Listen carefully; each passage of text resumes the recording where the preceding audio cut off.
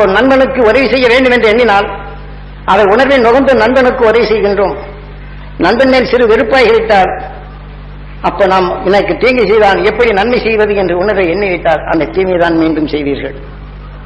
ஆகவே தீமை செய்யும் உணர்வில் நாம் நுகரப்படுவது நமக்குள் அந்த தீமை விளைவிக்கும் அணுகுள் உருவாகின்றது. ஆக நண்பனுக்கு அவன் தீமையிலிருந்து விடுபட வேண்டும் என்ற உணர்வை எண்ணினால் அந்த மகிழ்ச்சியின் அருள் உணர்வு பெற வேண்டும், தீமையிலிருந்து விடுபட வேண்டும் என்று எண்ணினால் நீ அதுவாகின்றாய். அது உணர்வின் தன்னை தீமை விடுபடும் உணர்வின் அணுக்கள் உலகி தனக்குள் தீமையை நீக்கும் சக்தி உருவாகின்றது. இப்ப நீங்க கோபமா இருக்கும்போது ஒரு தரத்தை பாருங்க, சரியா பார்க்க முடியுதா? ஒரு நூலை தரத்தை பாருங்கள், ஒரு படவை பணத்தை இதை பாருங்க, ஒரு பொருளை நீங்க தரத்தை பாருங்க.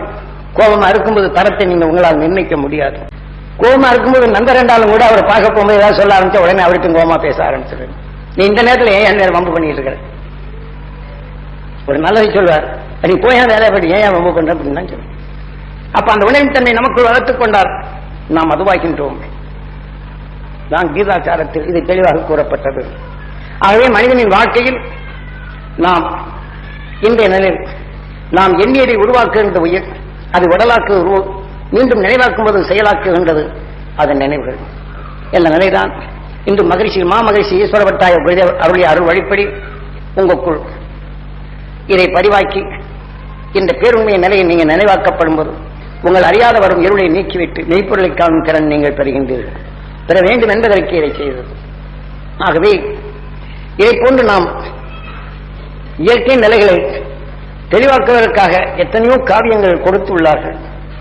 காவியமாக படைத்து அந்த கருத்தினை நாம் நுகரப்படும் போது அந்த கருத்தை நமக்குள் அந்த உணர்வின் சக்தியாக விளைய தொடங்குகின்றது. நீங்க 4 நாளைக்கு அடுத்தாப்படி ஒருத்தர் நீங்க தமாசா கேள்வி பண்ணி பாருங்க, அந்த உணர்வு விளைஞ்சிட்டே வரும். நாம அடுத்தாப்படி விளைய செய்வோம். அவர் என்ன செய்வார்? சும்மா இவர் தமாஸ் பண்ணிட்டே அவர் நம்ம மேல வெறுப்ப கொஞ்சம் கொஞ்சமா அழைப்பார். ஒரு நாளைக்கு என்ன செய்யும்? நான் பார்த்துக்கிட்டே இருக்கேன், பொறுத்துக்கிட்டே இருக்கிறேன், இரவு என்ன செய்யறேன்னு உடனே நான் சாதாரணமா இருப்போம். இது கடும் விளைவுகளை உண்டாக்கும். இது வளர்ச்சி அதனுடைய முதுமை கொண்டு வரும். இதே போல நாம் சாதாரணமா ஒருத்தரை வேடிக்கை பார்க்கின்றோம் சண்டை போடுவதை. இது நாளடைவில் இந்த உணர்வு அடுத்த இடத்துல சொல்லுவோம், மோசமான ஆள் நம்ம இடத்துல சொல்லிட்டு இருக்கேன்.